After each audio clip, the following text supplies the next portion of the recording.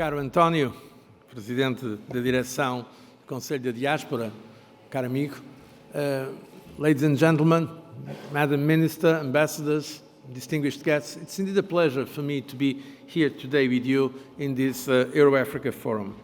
And I was asked to speak a little bit about the recent developments in Europe and try to link those developments to what we can and should do, at least in my perspective, between Africa and Europe, namely the European Union.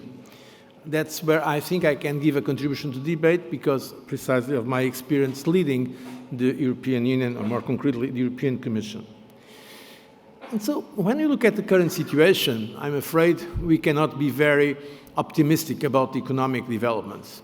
In fact, the last projections of the IMF are gloomy. There is a global growth slowing down. There is not only lower growth, but also inflation going up. And inflation going up in many parts of the world, namely in Europe, but also in the United States, at unprecedented levels for this generation. We should not forget that some of the current leaders in the world, they have never lived with inflation. They have not that experience. Some of us remember when, for instance, there was here in Europe 30% of inflation. But most of those who are now in their early 30s or 40s, and we have now leaders that are in their early 40s, they simply have not lived through these very difficult and challenging times of inflation. I'm very concerned with inflation because of the social and also political possible consequences. Because growth, of course, we can live with a relative slowdown on growth, but in some more advanced economies, I think it is possible. By the way, the United States now, it was confirmed, they had 2 consecutive quarters of negative growth, which means a recession, at least a technical recession. Europe is not yet in that position, but it may come in that position. But at the same time, inflation has a more direct impact for the poor people or the less that have, those who have less resources because, of course, of their revenues and what the impact may be from a social and also, by the way, political point of view, because we know that in times of inflation, in times of less revenues, those who have weaker salaries, of course, have more difficulty to fulfill their basic needs. So it's a worrying development. But the situation is also challenging from a geopolitical point of view, as I know that it was already mentioned yesterday. And for Europe, this is a very important challenge because the European Union, in fact, is not, or was not at least, prepared for this kind of power politics. The European Union, as you know, was created as European communities after the Second World War, basically as a project for peace. The European Union is based on the idea of cooperation, not on the idea of conflict.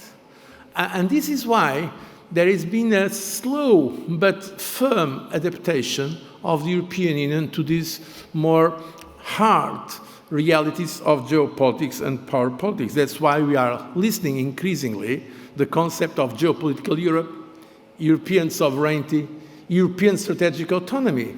So it means that the European Union is slowly adapting to a more political, I would even say geopolitical perspective than the traditional one, where, by the way, it was more typically seen as a market.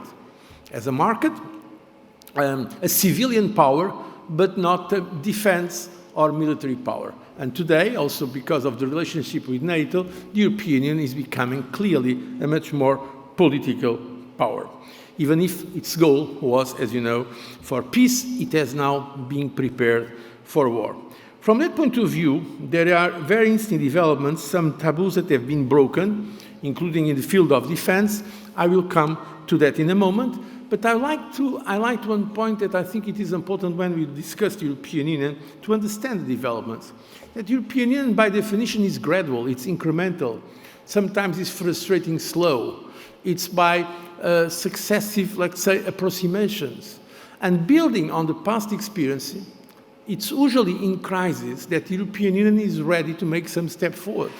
For instance, the experience we had in the European Union of the sovereign debt crisis. That was known as the euro crisis, following the a great financial crisis. The reality is that it enabled us to create some instruments that were unthinkable before, like the European Stability Mechanism, like the beginning of the banking union, and some new mechanisms that were not part of the toolkit of the European Union. But not at that time, not all these instruments were adopted. Some of you may remember when, for instance, the European Commission and others asked to have Eurobonds, to have some form of debt mutualization, that was rejected by some members of the European Union, saying that they will never accept that. But now, as a response to the pandemic, there was the mutualization of debt. So this is an example I want to give you how the process of European integration, sometimes slowly, but as a reaction, makes some steps forward. And in fact, the Next Generation EU program now has been receiving 806.9 billion euros as a response to the pandemic. So 806 billion, almost 807 billion euros, which is, of course, an extremely important response. But as a response to the pandemic, let me also highlight a very interesting development in Europe, was that even if it is not in the treaties of the European Union, it was the European Commission that, on behalf of all the 27 members, has been leading the process, buying the vaccines. This was, once again, unprecedented. And can you imagine the alternative? The alternative will be every country of Europe buying the vaccines, so trying to outbid each other, namely trying to offer a better price to the manufacturers. But now it was the European Commission on behalf of the European Union, even if the national and public health in the European Union is a national competence, is not a European Union competence.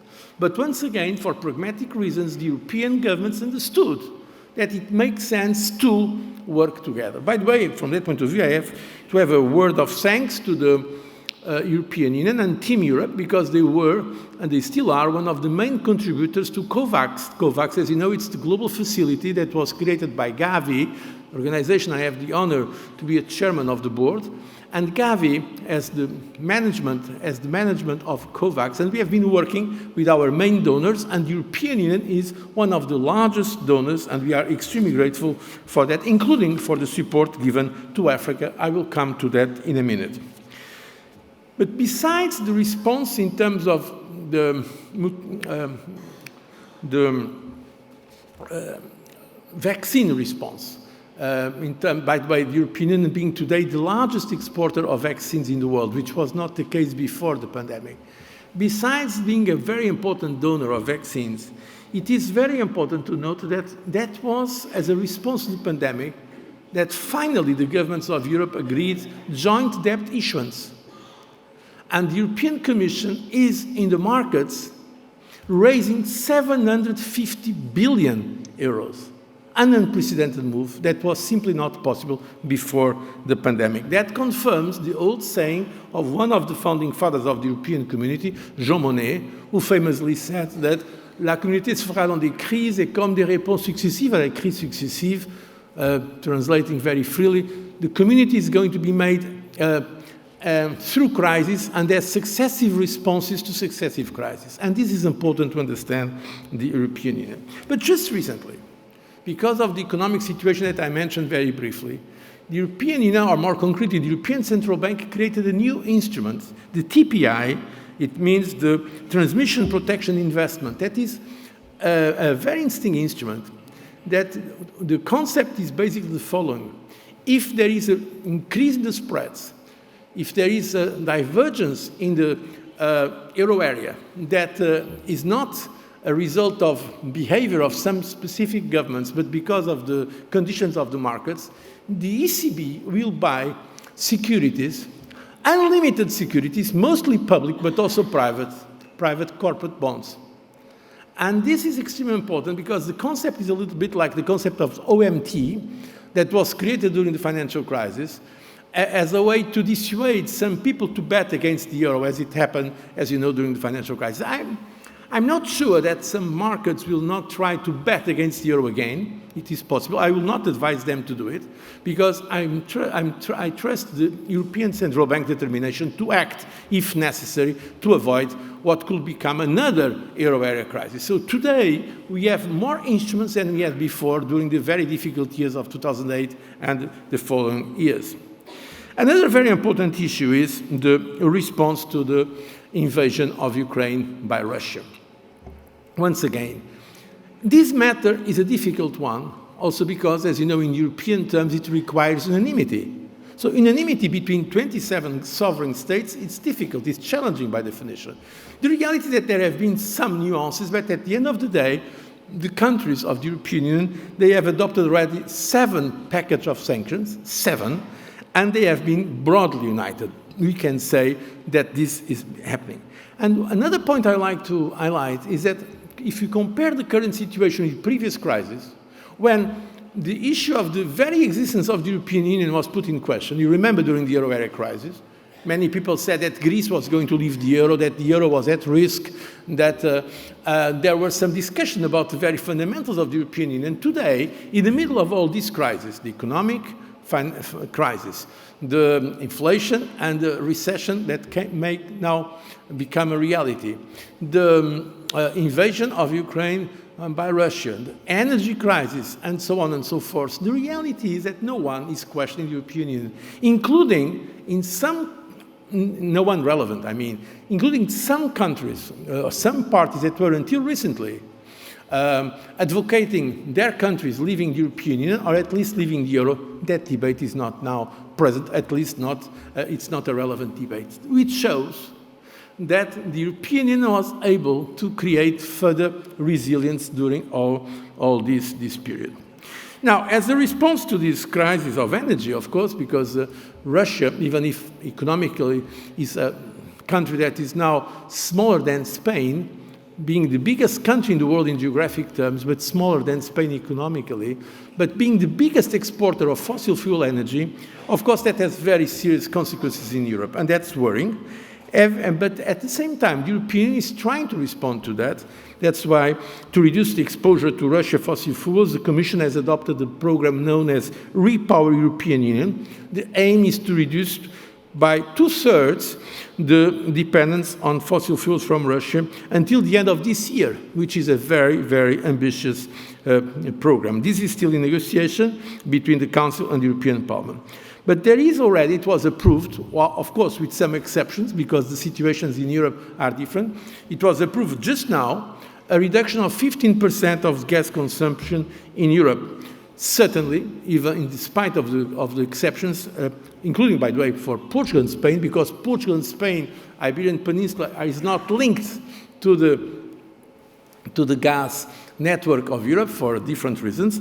The reality is that 15% of reduction of gas until the end of the year. I mean, it's really a very important and bold move.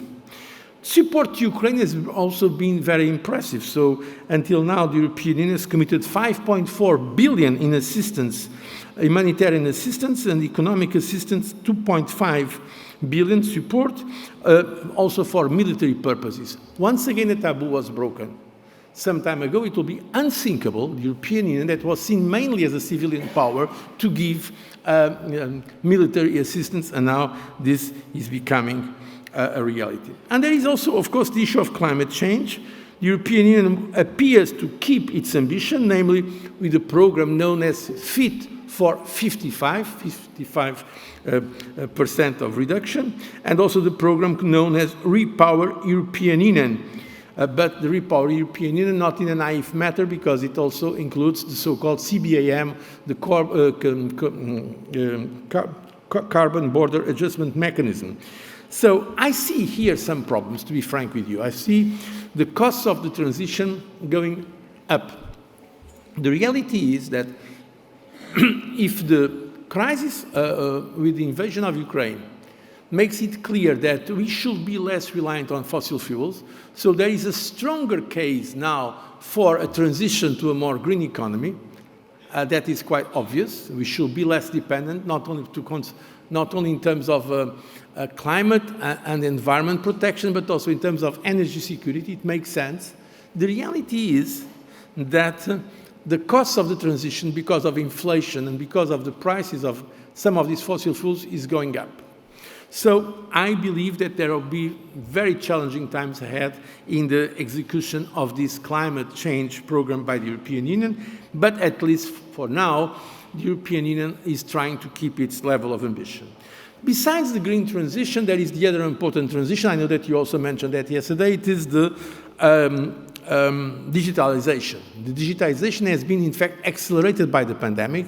We are now using digital platforms as we have never used before, and it's not just in terms of communication of digitization, but also in terms of financial transactions, in terms of e-commerce or e-trade. So, in fact, the pandemic has accelerated the trend that was already there in favor of digitization. And the European Union has recently approved, by the way, two very important pieces of legislation, the Digital Markets Act and the Digital Services Act, building on a very pioneering legislation that, in fact, I had the honor to launch when I was leading the European Commission, the GDPR, the General Data Protection Regulation. That was, at that time, very controversial, but I think now everybody understands that it makes sense to have the same rules of data protection according to, for all the member states of the European Union, now 27, instead of having each country. Can you imagine how difficult it will be, not only for citizens, but also for corporates, for companies, if we had each country of the European Union with its own data protection regulation? Now it makes sense, and not only it makes sense for Europe, but it also sets some standards globally. So, building on this, the European Union has now approved Digital Markets Act and Digital Service Act. The goals are to create a safer digital space on which the fundamental rights of all users of digital services are protected, but also to establish a level playing field for faster innovation, growth, and competitiveness, not only in the single European market, but also, hopefully, globally. And now, globally, that's the point I like to cover more concretely. Globally, the order or disorder we are witnessing is extremely difficult, unpredictable, and very difficult, namely because of the development of a real confrontation between the United States and China. Today, of course, most attention is focused on the issue between Ukraine and Russia, and also the implications in Europe. But let's be frank about it. The real important geopolitical development over the years will be the conflict between China and the United States. The rise of China, in my opinion, has been by far the most important geopolitical and geoeconomic development of the last 30 years. And until now, that was not seen as confrontational, but now it is seen, namely by the United States, as confrontational, or as a very important challenge to the American position. And so that raises issues about the stability of the world and how can we keep, if we can keep, a multilateral order in the middle of this confrontation that we are seeing developing, and it's already developing, namely decoupling is already happening, namely in the technological sector, but it will most likely touch other sectors. So we have to be prepared for that. That has, of course, been at the origin of concerns about deglobalization. And so the question is, are we really witnessing a deglobalization, or is it a new form of globalization? I think until now we cannot yet say that we are seeing deglobalization. If you look at the data, and not just about some general considerations, but if you look at the data, we see that trade continues to go up and cross-border investment continues to go up. But it is true that it is this, if you want to continue to call it globalization, it is slower, the growth of trade. There is more friction, it's more costly, namely because of the supply chains that are coming back, are coming closer to the consumers, for instance in Europe, but also in the United States. And there is, of course, a higher level of uncertainty. So if we have globalization today, it's certainly more uncertain, more costly, and with more friction. And what we are seeing, and by the way, the pandemic has aggravated this, is that the most important industrial powers are bringing back the supply chains, bringing closer to home. We see that in Europe, but we see that also in the United States. And of course, we have seen that in China as well, and in other parts of the world. And besides, of course, what's happening with Russia being, I mean, by and large, completely isolated now from the so-called Western economy. So we are seeing decoupling. And there is a risk of a complete decoupling from the United States and Europe on one side, with China and Russia on the other. And the very important consequences globally for the multilateral order and for the economy. So how can we deal with this? One thing for me that is clear is that regionalization is the new name of globalization. We are going to see more polarized action at economic level. For instance, in Europe, we are seeing that, the bringing back of supply chains, so onshoring. The same happens in the United States and also in China and in the Asian region. I just visited Singapore. I met, for instance, the Prime Minister and others, and it's amazing to see how also in Asia they are preparing for this more fragmented economic global order. So can we keep the world open for business, or are we going to an age of complete decoupling? That's a very important issue. The answer cannot yet be given. One thing it seems to me we should do, at least, if it is true what I've been saying, if we are seeing this regionalization, is to keep it as open regionalism. And for instance, the European Union, that is making some progress in its own integration, being open to other parts of the world. And that comes now the issue of Africa, that I wanted to describe to you how I see the European developments, but also we can now ask some questions. But those questions I would prefer the Africans themselves to answer. It's not for me to tell what they should do. But that's a very important issue. What is going to be the role of Africa in the world now? Europe, even if today, in terms of defense, is not, of course, at the same level of some of its partners or peers or competitors, as you want to call it, the reality is that Europe is going to be very relevant from an economic, trade, and investment point of view. So my experience, for instance, in many of G20 meetings, it's quite obvious when it comes to the G20 that we have basically three poles of influence globally. It is the United States, China, and Europe. No doubts about it. Other countries are important, certainly, and we respect all of them, but they do not have the same leverage of economic influence from even India, that is soon going to become the #1 country in the world in terms of population, but India or Brazil or Saudi Arabia or Turkey or Korea, with all respect for those countries, that they are not at the same level of projecting economic influence globally. But we have United States, China, and Europe. So the question is, what about Africa? Africa has 54 countries. Africa is the most dynamic demographic in the world. So the median age is 20 years old. It's also the most diverse genetically, in terms of genetic pool in the world. It is a country that will be, at the end of this century, around 4 billion people. Now it's 1.4 billion people. And so there is an issue. What is Africa going to do? It seems to me that if regionalization is happening, of course, we need a stronger organization at regional level in Africa. There is African Union, there is a Commission of the African Union. We in the European Union have been working with them for a long time. It's fair to say that it's not the same level of institutionalization, but it is, of course, a very important principle of regionalization, of regional integration. It is not at the level of transnational or supranational powers as it's common in the European Union, but there are mechanisms of cooperation, Pan-African cooperation, besides, of course, different experience of regionalization from the CEDEAO or ECOWAS, CEDEAO in French, ECOWAS, so in the Western Africa, or SADC in Southern Africa, and many other experience of sub-regional integration. But there is this. Now the question is, and that is my point, what if, this is a question, it's not, what if Europe and Africa work together in full autonomy? I'm not suggesting that we are now, of course, putting absolutely everything together, but in convergence terms, and the European Union, or Europe, the European Union has 27 members, as you know, but European countries are 50 countries. If you count Russia, unfortunately now we are divided, but if you count Russia, from Iceland to Russia, we are 50 countries in Europe. The reality is, if this Europe and Africa can show some convergence and come to the world and make some proposals to the world, and not only proposals. For instance, a very concrete case.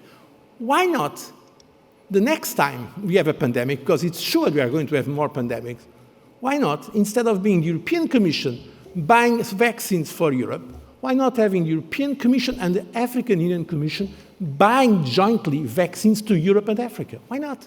This is the kind of project. In fact, unfortunately, we missed that opportunity this time. I repeat, the European Union and Team Europe were very generous, supporting Gavi and supporting COVAX. But I would prefer, instead of the Europeans on one side, the Africans on the other side, I would prefer Europeans and Africans buying together vaccines and mobilizing their resources, including technological and diplomatic resources. So this is the problem, let's be honest, about European and African cooperation. And I was in many summits between Europe and Africa. Is that there are very good intentions, there is a list of many things to do, and there are very nice joint documents for joint action, but the reality is that afterwards, our people, the citizens, don't see it in concrete terms in some areas. So we need some strong examples of effective, pragmatic European Union or European African cooperation. Vaccines fighting against pandemic can be one, but gas can be another one. For instance, Spain and Portugal, we are not dependent on Russian gas. We don't import gas from Russia. Basically, it comes from Algeria, from North Africa. Now, Italy, in some months, Italy was able to reduce its dependence on gas from Russia from 40% to 25%. So Italy is now much less dependent than Germany, for instance, buying gas from North Africa. These are concrete examples where we can, in fact, create this common interest through economic integration. That was, in fact, the secret of the European Commission and the European Union, since it was created, was to have a political goal, it was peace, but through economic integration. So concrete steps around concrete goals, and I believe this is important. If not, what's going to happen? Let me tell you what's going to happen, and once again, from a geopolitical point of view.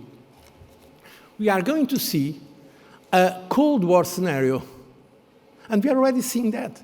We are seeing already the Europeans and the Americans on one side, the Russians and Chinese on the other, going on Africa and trying to buy some support from African countries individually.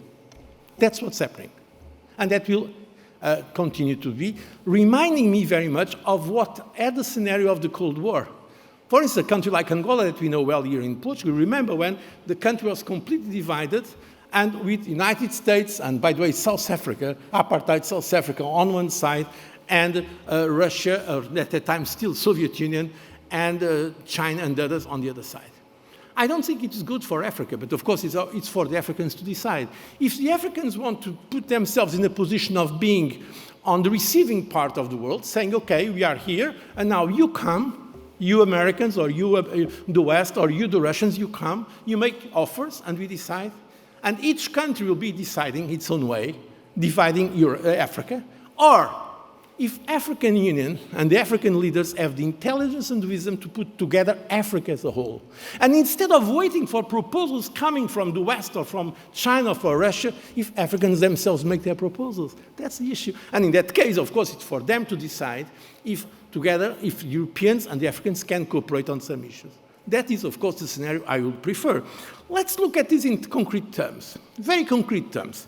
The vote in the General Assembly on the condemnation of invasion of Ukraine by Russia. There were 141 countries voting against Russia. There were only 5 against, so Russia plus 4. And there were 35 abstentions, and 12 countries were absent. So 141 countries criticizing Russia. Interestingly, and there were 35 abstentions. From those abstentions, the biggest number was coming from Africa, precisely. There were 17 abstained, and 8 African countries were not present in the vote. So if you look at Africa now, the 54 countries of Africa, 28 countries, so majority, voted against Russia, but it was in Africa there was bigger level of abstention on these concrete terms. And that explains exactly the point I was making before. And now, the West and Russia and others are trying to mobilize support in Africa. So, and with the risk of creating again some ideas of clientelism in Africa, which I believe will be very negative if the African continent is divided again according to some kind of new Cold War type of relationship. That's why we need, I think, to make the case for regionalization. The same way we have in Europe, the European Union, it makes sense from my perspective, that will be my opinion, that Africa also appears as a region, united as a region, and not divided by external powers.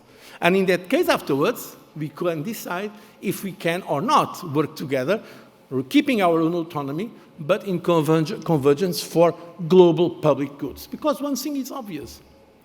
What is our leverage? If we think about our countries, in the country we are here, Portugal, what is our leverage if we are not in the European Union? Frankly, very little. We are not going to decide the future of trade, future of climate change, of energy security, but also the big countries of Europe, including the biggest countries like economically is Germany. What is their power? You know that famous saying of a European politician who said, in Europe, all countries are small. The problem is that some have not yet noticed it. That's the reality. We are all small, all countries in Europe. Compared to the United States or China, or India, in demographic terms, we are very small. But together, we can make a difference. I would say the same for Africa.